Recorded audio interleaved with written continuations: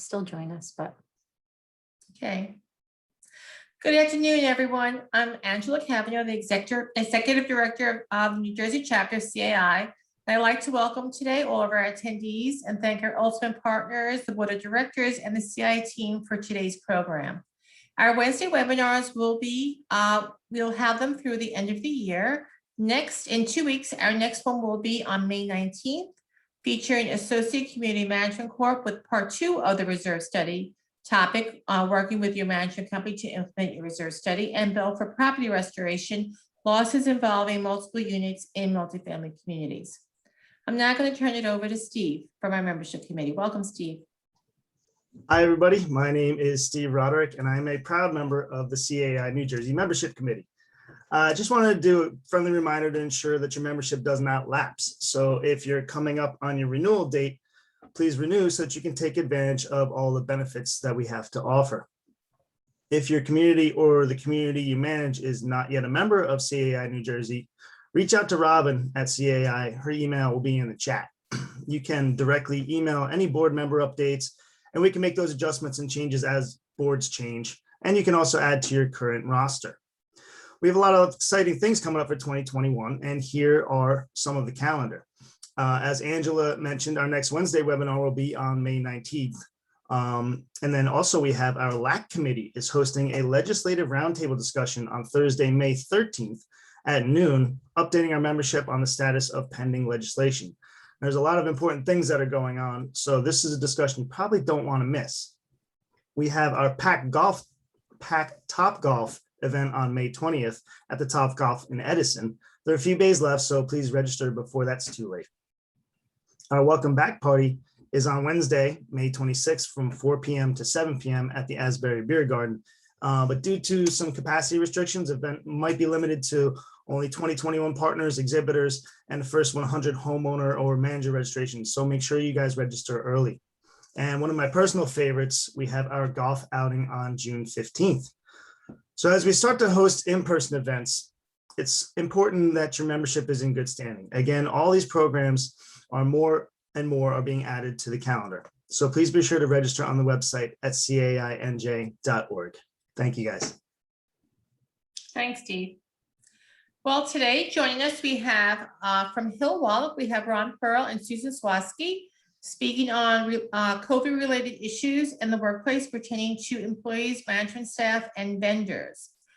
Susan is a partner in the Employment Law Community Association's Product Liability and Construction Practice Groups at Hill Wallach. Susan has been helping community associations develop their relationships with their employees and workers to build more connected and responsible communities. Susan has helped associations navigate the employment-related concerns during the pandemic lockdown and throughout the reopening. Ron Pearl is partner at Hill Wallach and one of New Jersey's leading attorneys representing community associations since 1980. Ron has served the industry in numerous capacities over the years, including as national president of CAI, president of CAI New Jersey chapter. He is also the current chair of CAI's Federal Legislative Action Committee. Then following Hill Wallach will be the Falcon Group with Steve Lang, David Chesky, and Megan Elbert speaking on reserves and aging infrastructure. Stephen Lang is the executive vice president and architect involved with the firm's architecture and engineering projects. He is responsible for overseeing Falcon's building envelope division for New Jersey, New York State, and Connecticut regions, and tackles low-rise, mid-rise, and high-rise buildings, envelope, and roof-related projects within these regions. Steve has been the architect on record for 150 successful roof replacement projects. His responsibilities further include assisting clients in identifying deficient conditions, executing detailed investigations of specific concerns of complaints, and developing repair details and specifications, and overseeing a team of project managers, senior project managers, and architects. Dave Chesky is the executive vice president at the Falcon Group and runs their civil division. He also prepares hundreds of capital reserve studies and transition evaluation reports and has archived the CI National Professional Designation and Reserve Specialist. as well as the Association Professional Reserve Analyst designation and Professional Reserve Analyst. So I will now turn it over to Hill Wallach. Welcome. Yes, good morning and welcome, everybody. It's a pleasure to be here. It's actually the afternoon, of course, and it's a pleasure also to share the stage with Falcon Engineering. Everybody involved in community associations and certainly all of the homeowners and managers on this webinar today have been struggling with COVID issues, and specifically those relating to the reopening of facilities. And we have spent a lot of time with our clients talking about those issues, and I'm sure in the coming weeks will continue as facilities begin to open. But we're privileged today to have our partner, Susan Swatsky, who concentrates her practice in employment law specifically. And so there are many issues that community association lawyers know just enough about to be dangerous. And so that's why it's important that we consult with Susan on those relating to the workforce and employment. And many associations have employees, workers for whom they have to be concerned. And so Susan today is going to deal with issues specifically related to employees in the workplace. So without further ado, I'm going to turn it over to Susan to begin her presentation. Thank you, Ron, and thank you so much for to CAI for having me here today. Very excited to be here, and it's hard to believe it's been just about a little over a year now since COVID shook our workplaces and sent our employees home, and now we're trying to turn them to work. And as we kind of embark on yet another beginning of another webinar that addresses COVID, I think some of us are a little COVIDed out from these webinars and want to hear something different. So that's what I'm going to try and provide you with, hopefully a more nuanced examples and situations. But in order to make this not just another COVID seminar that we're sitting through, ask some questions, let me know what's happening at your workplace so that we can make it interactive, and hopefully you can come away today with some true takeaways to make it worth your time. So as we're trying to return to normalcy, the question is, well, what does that mean? And I just looked at a couple surveys, and one said 52% of US workers said that they would choose to never come back to work. If they could stay working telecommuting, 52% are telling the Society of Human Resource Professionals they'd stay home. So, what does that mean for us? So employers are saying, hey, well, we want our employees to come back. So let's look at vaccination, the vaccinations, and get those numbers up. That will help us to return our workplaces to normal. Surveys are showing, both from the Society of Human Resource Professionals and those from some larger employment law firms, that 40% of workers are saying they're not taking the vaccination. And then out of that 40% who say they're not going to vaccinate, 70% say they won't vaccinate even if their employer mandates them to vaccinate. So one of the big things that we're going to talk about today is whether or not to vaccinate. Is this something that you want to have your workforce mandated to do? And what will that mean for your workforce? So let's look at, what are our responsibilities as employers, as community managers in making these tough decisions? Understanding when it's appropriate to mandate vaccinations. Do we want to mandate for our vendors and anyone we contract with, but not necessarily for our employees? What makes sense there? And then also in the context, we need to understand the American Rescue Plan Act, right? That $1.9 trillion act that we hear about all the time, but a lot of us haven't really delved into because, well, I mean, to go like this and to try and say that's what it would look like to delve in doesn't even do it justice. It practically fills an entire desk with stacks. So we'll talk about some of those key provisions that would impact your workplaces and your employees. But let's kind of delve right in there to the big question, whether to mandate vaccination. Is that right for you in your workplace? And what do we need to do to encourage employees to become vaccinated? 80% of our workforce, according to the Department of Labor, of our large companies say they want to have their employees be vaccinated, and they think it's key to reopening. but only 10% of employers are currently mandating it. So that's a big difference. 80% say we want to do it, 10% say we're going to mandate. And why, right? Why only 10%? Well, there were a lot of objections from employees that can come in that can be a little bit difficult to weave through and to make sure that we're dealing with appropriately. So the first thing an employer wants to do in deciding whether or not to mandate vaccination is take a survey. Survey and find out what your anticipated compliance may be, right? Because the bottom line is, if you're only going to get 40% that's willing to vaccinate, then maybe mandating a policy isn't the way to go, because are you really going to lay off 60% of your workplace, right? It's just not, it's not feasible. So I think before you really get into the questions about the policies and what the policy will look like, make sure you conduct a survey. And take a look at what the lawsuit rates are. 2,000 lawsuits have already been filed this year within the past 12 months, according to Fisher Phillips, a large employment law firm, regarding the vaccinations and regarding return to work and compliance with ADA and laws against discrimination pertaining to COVID. So it's yet another area for employers to be wary. Lots of opportunities for litigation here in uncharted waters.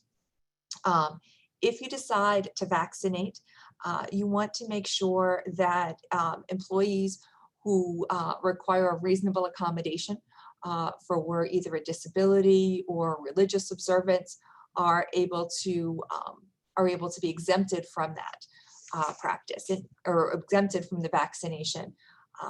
But also reminding that if you can't exempt them, you have to have some good reasons. And we can talk a little bit more about what those reasons would be if you're not going to accommodate for a religious observance or for a disability.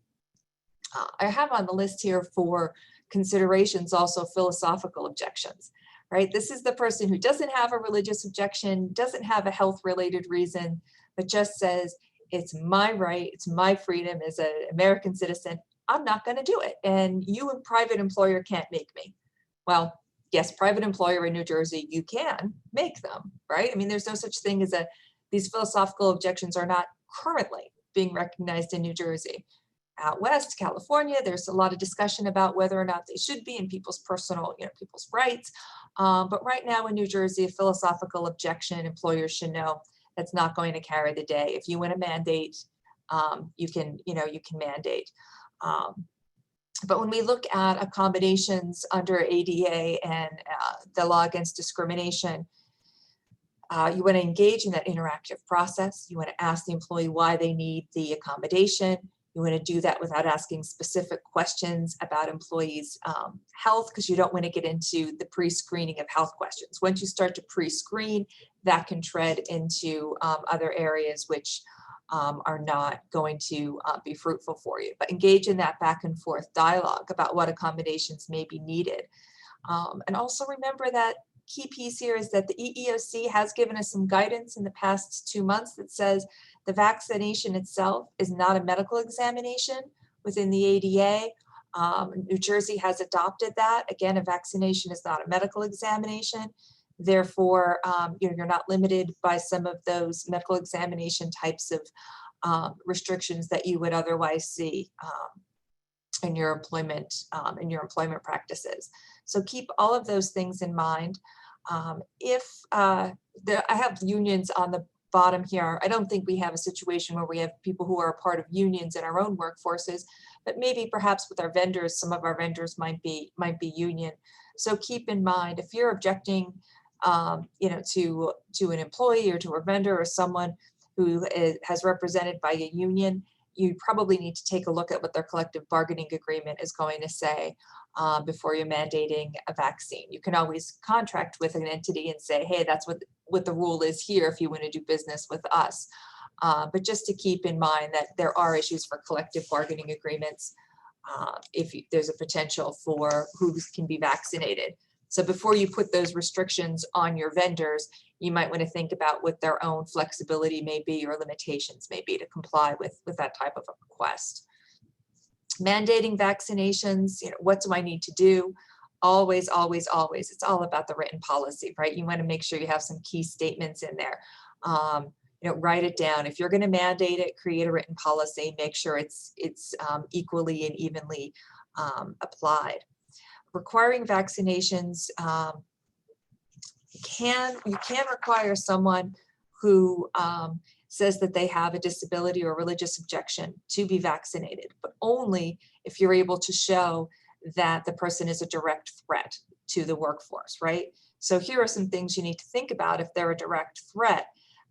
You show that the unvaccinated employee would pose a direct threat due to a significant risk of substantial harm to the health and safety of other individuals, and that risk of harm cannot be reduced or eliminated by a reasonable accommodation. So in sum, it's an extraordinarily high bar. For practical purposes, are you going to be able to meet that bar? I'm not sure, right? I think it's a hard thing to do. If you're looking to do that, I think you should obtain legal counsel. It's just it's not an area that, again, that's been there's a lot of law out there on it. So I think it's a risk if you're going to try and say we have an undue hardship. Everybody must vaccinate, disability, religious objections or not. So mandating the vaccinations. Some other questions are job applicants. Maybe a way to address the situation is, if you can't mandate it for your current employees, look to try and mandate for your hiring practices to who you're bringing in. You still can't discriminate based on disability or religious observance, but if you make it vaccination a condition of employment from the outset, as opposed to a continuing employment, it may help to weed out some of those philosophical objections and make sure that you end up with a workforce that's more aligned with the company's objectives. Education of employees, you want to make sure that you're talking about what's been clinically proven, right? So I've started to hear some employers who are trying to promote vaccinations say, talk about the safety of the vaccines and how they've been clinically proven to and evaluated and tested and that they're safe. In your workplace, talk in terms of the CDC, what the CDC has found, right? Make sure that you, employer, are not making any representations on safety, because we're business people, right? We don't know anything about whether something is safe or not. You're reporting back. So be careful that you're not making some affirmative representations. Some workplaces, an idea of how to educate employees and to try and promote vaccines is to have people in authority, some of the higher, your higher officers, have their vaccines be recorded and displayed for the workforce so that they can see that it's safe and capture the experience. If you're going to do that, there are studies that are saying that that's an effective way to try and promote in the workplace vaccination, but know that you want to have that member of leadership, even if they're saying verbally, hey, I agree to do this, it's fine. You want to get a writing that decision is a voluntary experience, because they're sharing that personal information. So keep that in mind. Some workplaces, to try and promote vaccines, are doing on-site vaccinations. I think a key thing here is, if you're going to do an on-site vaccination, there could be a couple of laws that could be triggered, right? You could have your pre-screening questions could implicate the ADA or LAD questions, where you're asking about personal medical information. You could have workers' comp laws implicated if there's an adverse reaction to a vaccine that's being administered on your work site. And if you're doing on-site vaccinations, you want to make sure that the entity that you're using has some type of approved system for maintaining confidential medical information, right? So take a look, find out what their system is. That's on you, the employer, to understand what or how that information is being retained. Because even though it's a third party that might be doing the vaccination, you're hosting and it's still your employee. With respect to vendors, a customer can refuse to allow a technician to work at their work site unless the technician has been vaccinated, right? You just make it a condition in your contracts that if you want to work at this facility, you need to be vaccinated. You need to show proof of vaccination. But here again, make it part of your contracts. add it as an addendum. Make sure that you're applying the policy equally to everyone. You can't have a policy for one employer, one of your vendors to be vaccinated and then say, oh, well, the landscapers are outside anyway, so we're not going to require that they be vaccinated, right? So, why? What would be the differences? Could there be arguments made that there was a discriminatory intent there? You never know, right? Discrimination can apply to contracting as well. So keep that in mind. And of course, have a writing. I can't say it enough. So if you decide you're not going to have a mandatory vaccination policy and you want to do a non-mandatory policy, then keep in mind some incentives, right? With lots of employers, incentives are they're providing paid time off to vaccinate and to recover. 39% of employers in New Jersey are providing extra leave or vacation time to get vaccinated. That's according to the Society of Human Resource Professionals. 10% of employers in New Jersey are offering monetary incentives. But what you need to know about these monetary incentives, it's tricky. I've heard lots of employers, $100 a shot. I have several clients. They were very excited about this idea, didn't really increase the results by a terrible, by an incredible amount regardless. But these monetary incentives can be looked at as non-discretionary bonuses. So what happens when you give a non-discretionary bonus under the Fair Labor Standards Act or the FLSA or your wage and hour laws? It gets included into your hourly wage rate for those non-exempt employees, people who are working overtime. So now you've created a massive record-keeping issue with respect to somebody who needs overtime. They're not paid now on the regular overtime rate. You have to connect it into that non-discretionary bonus that's been paid.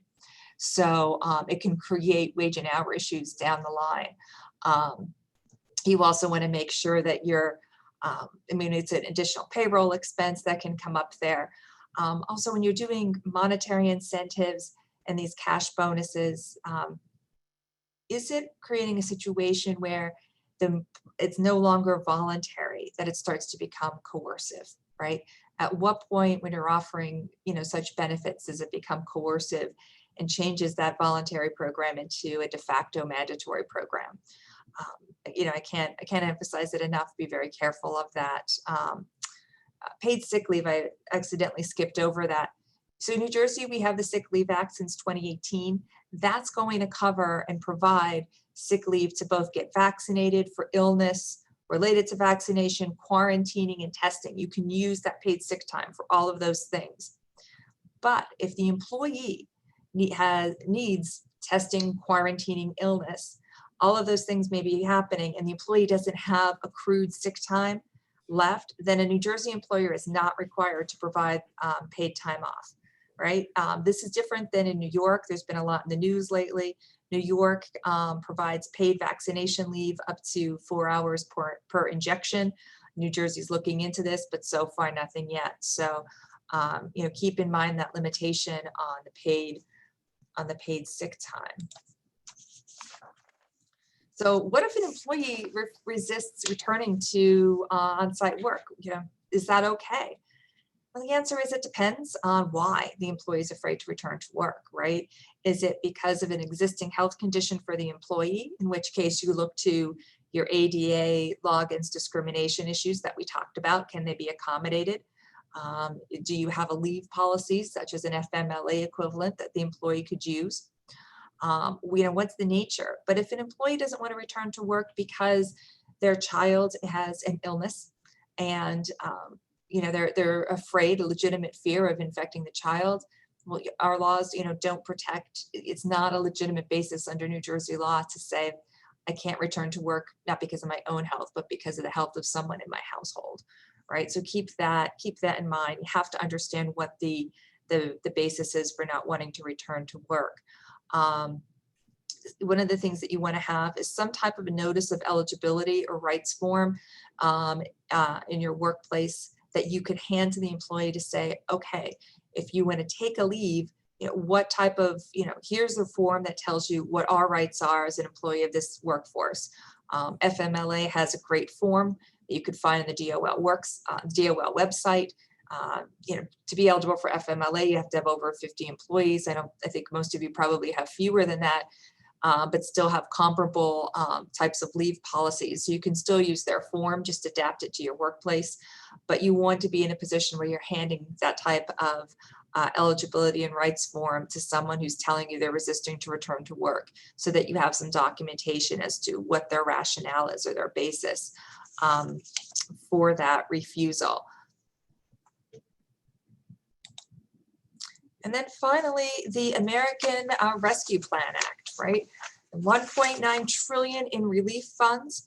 What do we really need to know about this massive act? Well, the first thing is paid employee leave. The act includes paid tax credit for employers that provide full pay for employees who take time off to get the vaccine or to recover from COVID. But again, it provides a tax credit, right? It's not a requirement. You don't have to take advantage of it, but if you do, there's the credit. The tax credit is available to all employers who have fewer than 500 employees, but it maxes out at $511 for each vaccinated employee. Keep that in mind. And then the COBRA subsidy, this is a really big thing right now because our notices for the COBRA subsidy are due by the end of May. COBRA subsidy is available to assistance to employees who incurred a COBRA qualifying event due to being involuntarily terminated or having their hours reduced in such a way that it caused them to elect COBRA coverage. The subsidy requires employers to pay 100% of the premium. I'll say it again, the COBRA subsidy is employers must pay 100% of the premium to individuals who are eligible for COBRA.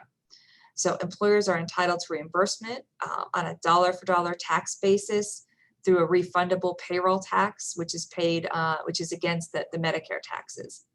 The tax credit comes on a quarterly basis. The subsidy goes from April 1st of 2021 through the end of September 2021. Employers are required to provide their employees with notice of this COBRA subsidy. You have to send a notice to everybody who is receiving COBRA or is COBRA eligible, not just receiving COBRA, but was eligible to receive COBRA in your workplace. And those notices have to go out by May 31st, 2021. Again, by the end of this month, you have to notify everybody who is eligible to receive COBRA from your workplace about this subsidy opportunity. I left the website here provided for you that gives a great outline of what you need to provide in the notice. It's really download friendly and easy to adapt. Some steep, pretty steep penalties if you don't send the notice and someone comes back and complains. It could be as much as $100 for a qualified individual, or $200 for every family member. So it can add up quickly. So I would highly encourage you, if you have any questions about COBRA subsidy, let me know. Get that notice out to folks so that you can ensure that you're in full compliance, because I think it kind of snuck. This is one of the things that the notice, I feel like, snuck in there a little bit in that American Rescue Plan. So that's all that I have for presentation. I'm just looking here if we can go back. Does anyone have any questions? Thank you, Susan. So I just want to remind everyone, if you do have any questions, please either use the question box or the chat box so that we can get those questions asked for you. Actually, there were a bunch of questions. So in the questions, you were so thorough. You covered all of them already, but except for one. Do you recommend employers having their employees sign any type of waiver? if they get vaccinated, you mean if there's a mandatory vaccination Yeah. policy? Well, yeah, I mean, once they're coming back, right, if they don't receive the vaccination. If they're not they were saying that vaccinated. they're agreeing to come into the workplace and assume the risk. Right.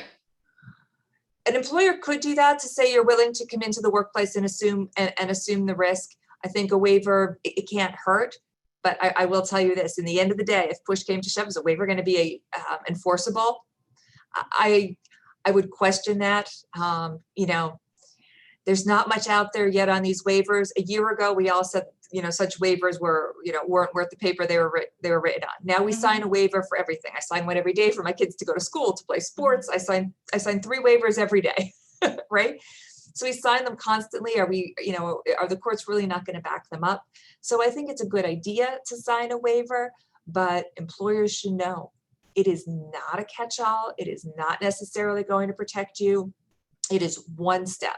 It is one more thing that your lawyer can point to try and, invoke immunity, but it's not a fail-safe, at least not, not at the time of this webinar. Okay.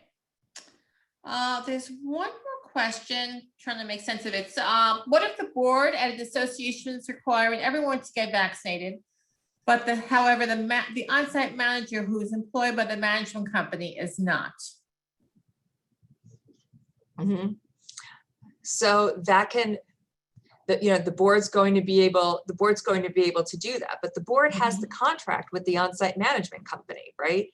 So is it a change or a waiver to the contract? Because you're talking about contractual rights there to say, and what should be included perhaps for some boards, if this is what their inclination is going forward, to say, if you want to do business with us, if you want to be our management company, then going forward, you need to guarantee us that whatever manager you place will be vaccinated, will be, and be specific, maybe it's not just COVID, right? Maybe it's your manager is going to get the flu shot too, right? We don't want, whatever it may be, but that becomes a contractual issue.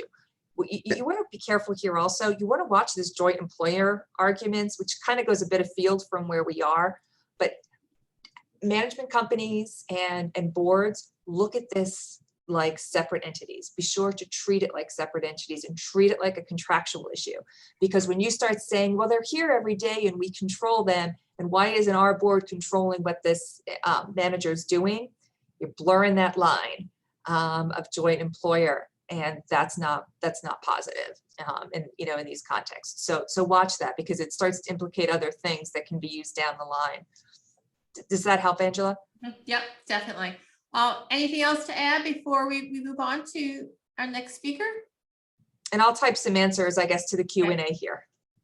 Okay, great. Yes, and if you have any other questions coming in, please feel free to, like I said, type them into the Q&A box or the chat, and we'll definitely come back to, Hill Wallach. Thank you. All right, thank you. All right, I'll now turn it over to the Falcon Group. Welcome.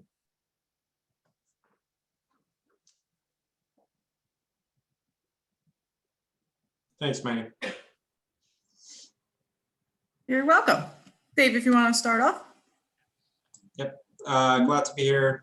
Welcome, everybody. Thanks to Hill Wallach for that informative presentation. A lot of good info.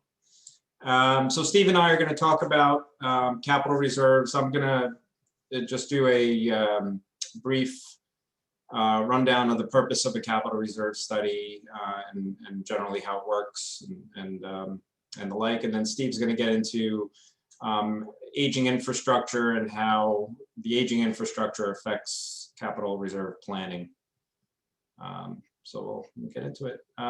So as many or most of you already know, a capital reserve study is a budgeting tool for boards to use to set aside funds for anticipated major common element expenditures. And those expenditures are, things that your governing documents delineate as common elements that will need to be replaced over a certain time window over the life of the association. And so you're setting aside money in a separate fund that will be used specifically for those replacements. And the process includes identifying what those common elements are based on reviewing of governing documents. So determining who's responsible for what, whether it's association responsibility or homeowner responsibility, quantifying each one of those common elements, and then performing a financial analysis of the reserves and the reserve funds of the community to determine what the association should be funding over a period of time. There's also a preventative maintenance fund analysis, or sometimes referred to as deferred maintenance budgets for many associations, which is very similar to capital reserve funds, but it's setting aside monies for the maintenance activities that are performed in order to make sure that the common elements that are being planned for replacement are achieving the life cycle that they're supposed to. You're basically funding for the regular maintenance of your common elements, things like painting and power washing and gutter cleaning and things of that nature. And it's a very similarly put together as in terms of having the analysis performed.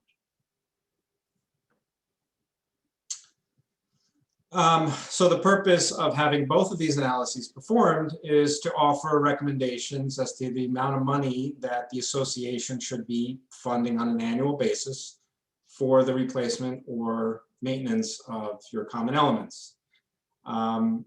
These recommendations are very important because the whole purpose of having a reserve study or a preventive maintenance study done is you're putting money away so that you don't have, so the money is there for when the projects come due. So you don't have to be dealing with assessing the homeowners, having surprises come up, or not even being able to perform the work when it needs to be performed.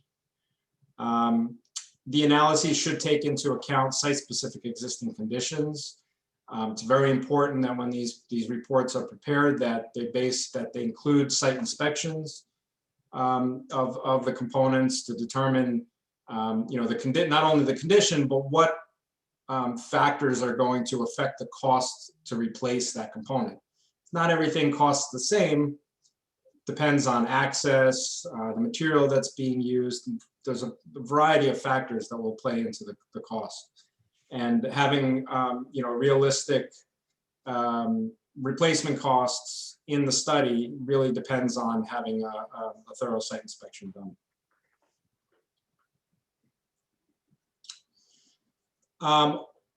Many reasons why a community should have a reserve study done. We'll go through them.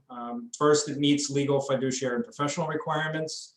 Many mortgage companies nowadays and even purchasers now are, when buying into a condominium association, understand how condominium associations work. And they'll oftentimes look at the documents before they actually purchase the unit to see and make sure that a proper funding plan has been established. I know if I'm looking for a condominium, or if my mother is buying into a condo, I'm going to make sure that they've been properly planning in terms of their capital reserves, so that an assessment isn't looming, in the near future. In some states, there are statutes and regulations that require it. Not New Jersey, which is good, but most of the communities that we deal with, their governing documents do require that reserve studies be incorporated. It provides for planned replacement and or maintenance of the major items that must be replaced at some point or another. So instead of waiting for something to fail or waiting for it to become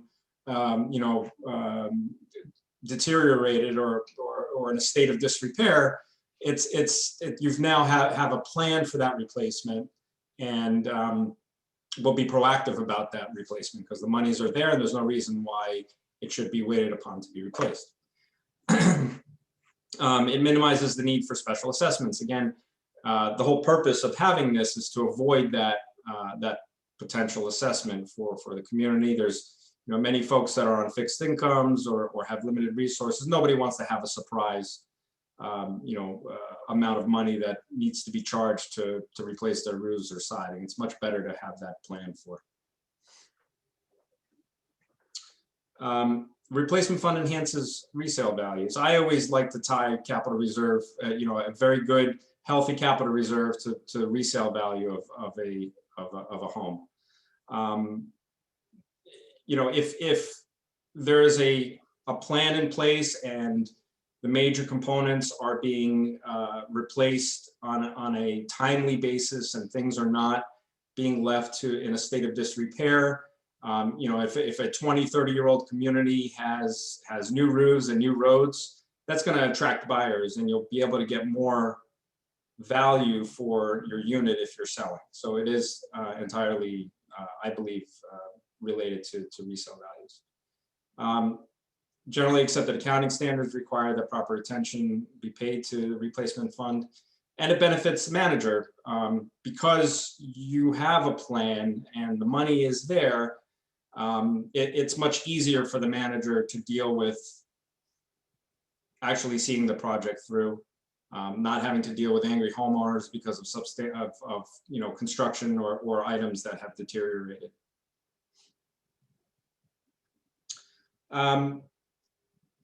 Just getting into kind of a quick summary of how the funding methodologies work in reserve funding and also in preventative or deferred maintenance funding. There's two main methodologies that we look at or that we provide in these analyses, one being full funding, which is oftentimes referred to as the component method, and the other is threshold funding, which oftentimes we refer to as the cash flow method. Full funding is based on depreciation. So in the goal of full funding, you want to have 100% of the depreciation of each one of your components in your reserve fund list, in your reserve fund at any given point in time. So in this example, we're assuming we have one component that we're responsible for, element X, or let's say it's a parking lot, and it has 10 years of life. It's currently 5 years old, and it's going to cost $10,000 to replace. Then the goal in full funding would be to have $5,000 in the reserve fund for that component. So in year 10, you have $10,000 for that component. So the same idea goes for every item in your list, no matter if you have one component responsible for or 100. The goal is to have 100% of the depreciation in your fund. Threshold funding is different. It's not based on depreciation, has nothing to do with it. It's based on cash flow. And what threshold funding does is it takes a certain amount of money that we call the threshold, and it ensures that you're contributing each year enough money to cover the expenses that are due while staying at or above that minimum threshold amount of money, okay? We give you, typically in the industry, we give 5% scenarios and 10% scenarios, and those percentages are just a means for us to set a threshold for that minimum balance control in the fund. And the percentage is taken from the percentage of the total replacement cost that's generated based on doing the study in your community. We take 5% of the total replacement cost or 10% of the total replacement cost. And now that becomes the minimum threshold.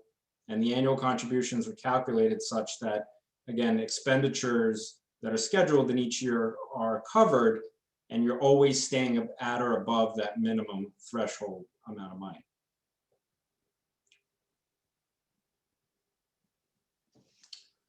So this is where it gets interesting. This is where I'm going to take over on the presentation now. Yeah, my stuff is boring.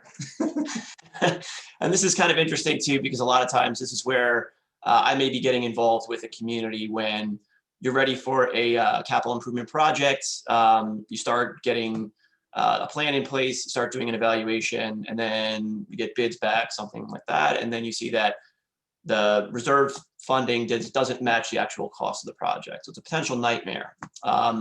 We're seeing this quite a bit, throughout different communities, and we just want to make sure that people understand, why that happens and ways that potentially you can kind of head that off, especially with aging communities.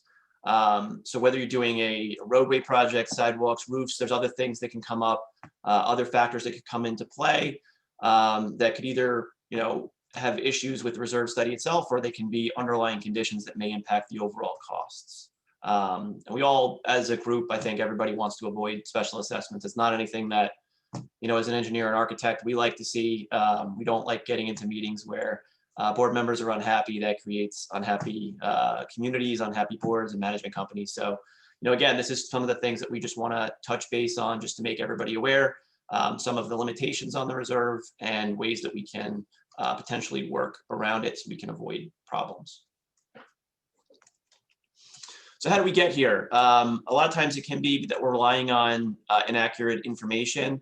In a lot of cases, as an engineer, we may be asked to provide a proposal to do a reserve study, an update. And there's different levels of those reserves. Dave can talk to that a little bit.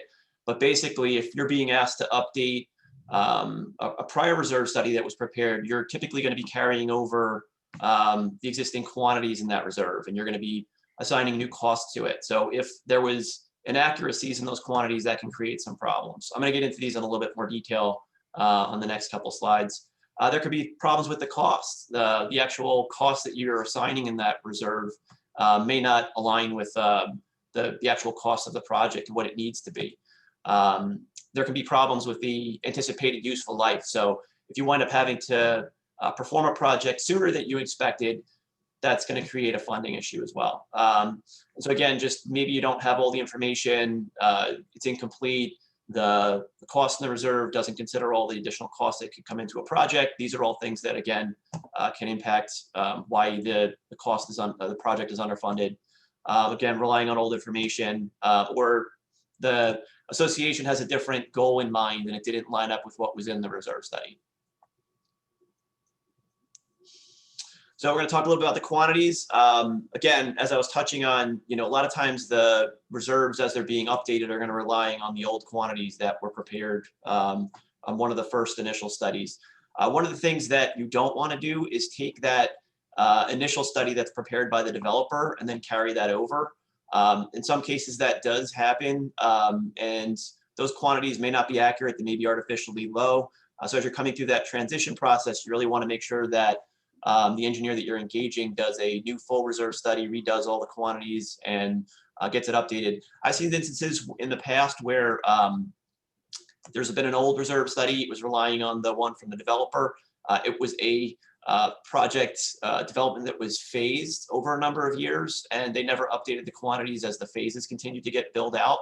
So they were very low for where they need to be, and that created problems with the funding. And when you're an engineer and you're coming in 15 years down the road and you're being asked to rely on a prior engineer study for the quantities, that's something that you can't check unless you're, again, redoing the full reserve study. So just making everybody aware that the quantities that are in there on occasion, especially as you get closer to actually doing a project, you may want to be checking some of those quantities, making sure that they're accurate. If there's a project that you do and you see that it's underfunded, well, then maybe you want to take a deeper dive into the reserve study and question some of the other quantities that were in there from the initial study. So again, just some of those things to kind of keep in mind. Replacement costs. A lot of times, the numbers are coming from cost estimated books that could be outdated. We typically recommend that you should be using costs not just from the book, but also from previous projects, from contractors within the industry, using that information to kind of round out what the actual costs should be. Again, it may be one thing to have a cladding replacement, but if there's other things and factors that are going to come into play, it may not be anticipating all the costs correctly.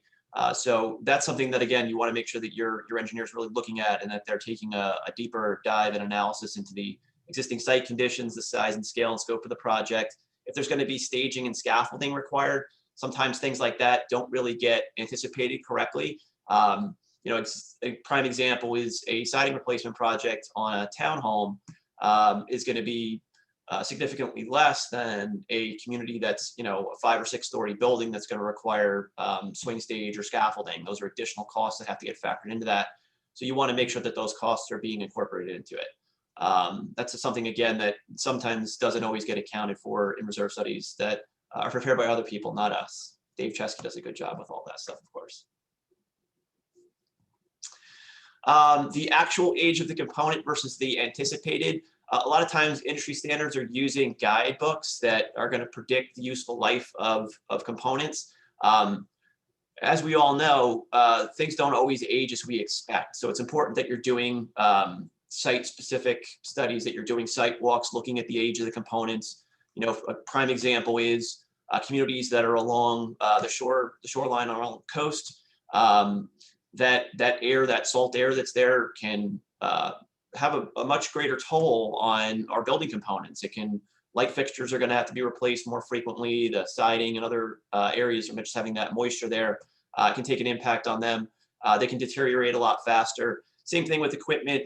So it's important that you're not just relying on the paper updates, that you're actually having site visits performed, that people are actually going out and looking at the components and seeing what the actual useful life is, not just relying on what's in the table that's out there. Again, the reserve studies are typically going to be visual in nature.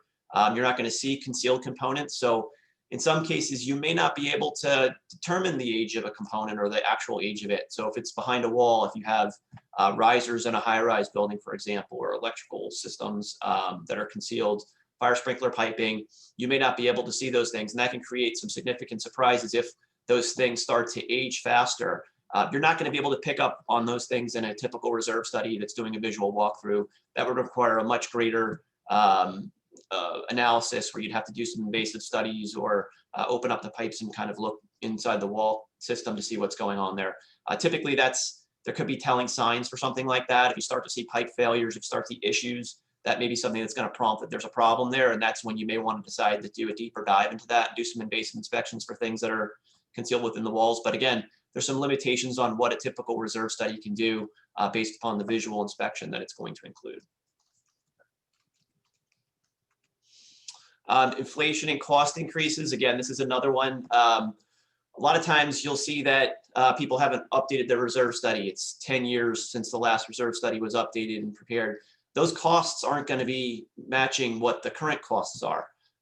The reserve study, the standards typically don't account for inflation or future cost increases because you just don't know where the market's going to go.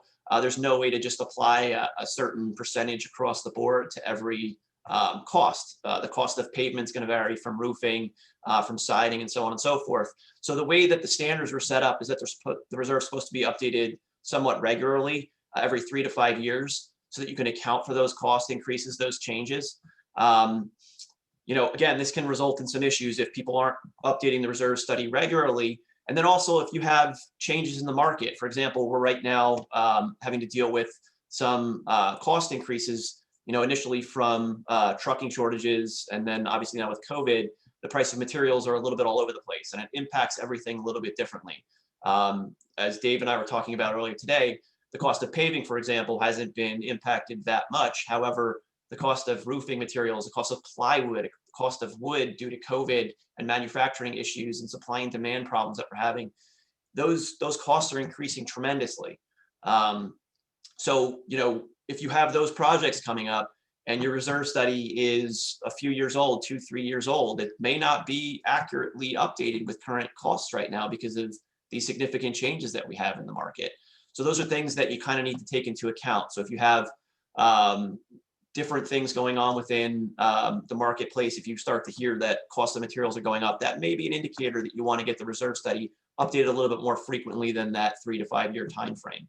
If you have a project coming up, it's going to be a major project, a roof replacement project, a siding project, anything to do that may require preservative treated lumber like decks.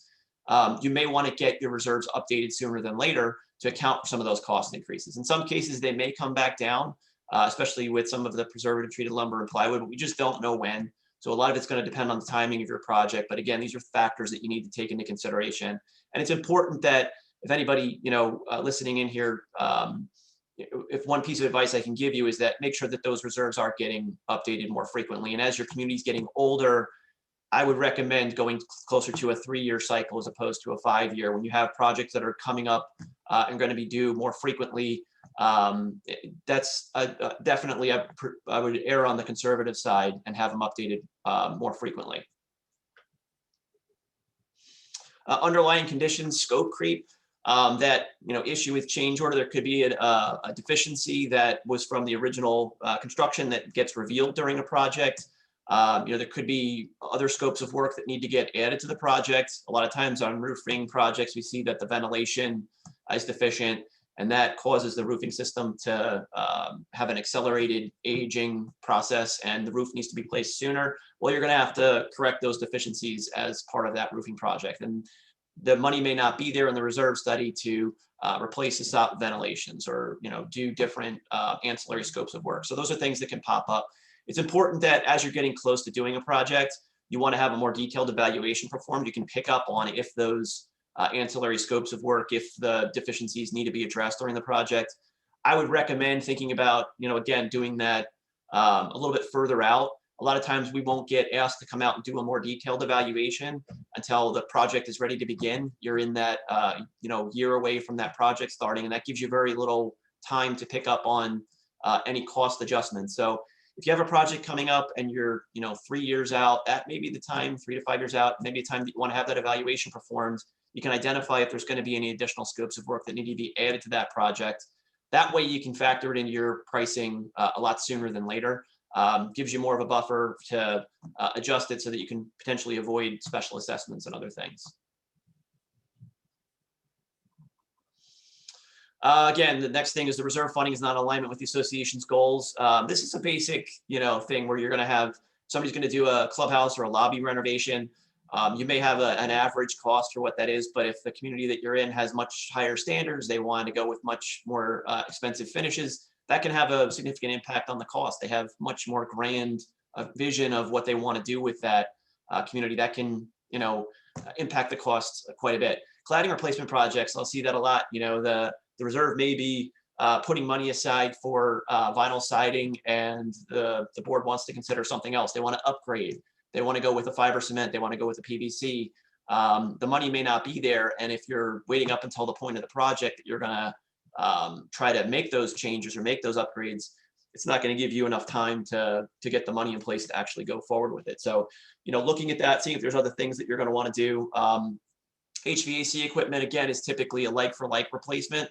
But as we're seeing, with COVID and everything, people are looking to add more fresh air. They're looking to upgrade certain equipments, and the codes are probably going to be changing as well. There may be other things that, goals that the association has for more fresh air intake and things like that, that may not be included in those reserve costs, and those are going to increase the cost of the project. So that can result in some underfunding issues as well. Again, things that you maybe want to get committees involved a little bit sooner, start talking about that, seeing if there's going to be any improvements or upgrades that they want to incorporate into a project. Getting out in front 3 to 5 years is going to give you more time to kind of build those costs in the reserve. Coming in with, the reserve studies and aging infrastructure, some of the things I just want to kind of pass along is buildings are getting older.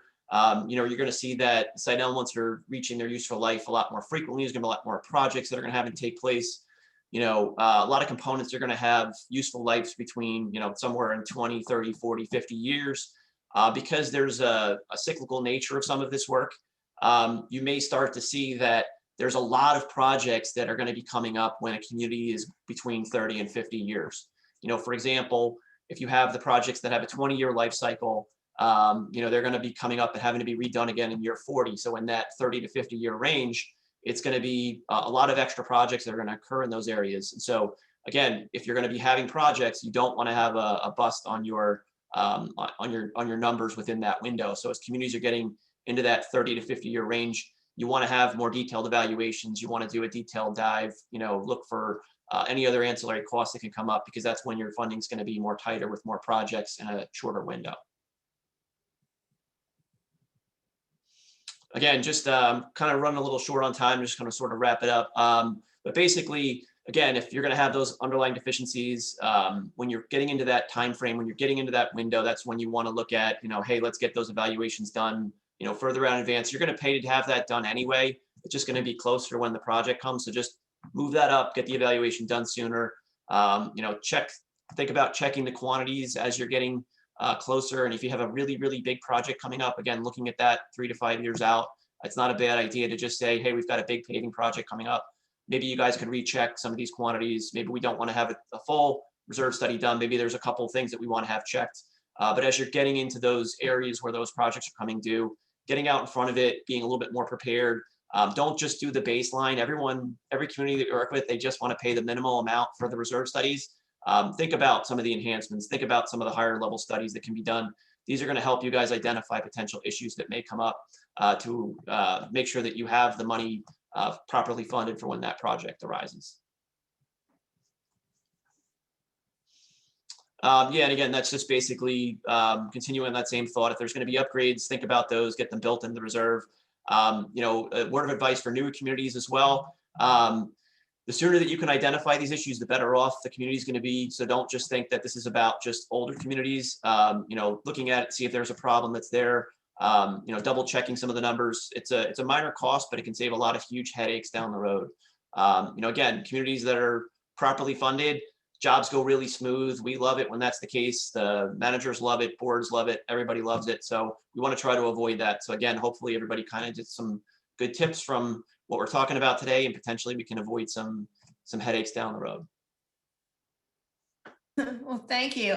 You've covered just about all the questions in the question box, and we're just about the end of time. I just saw a couple of announcements. Managers, if you need a certificate for credits, please email Jennifer at jennifer@cainj.org.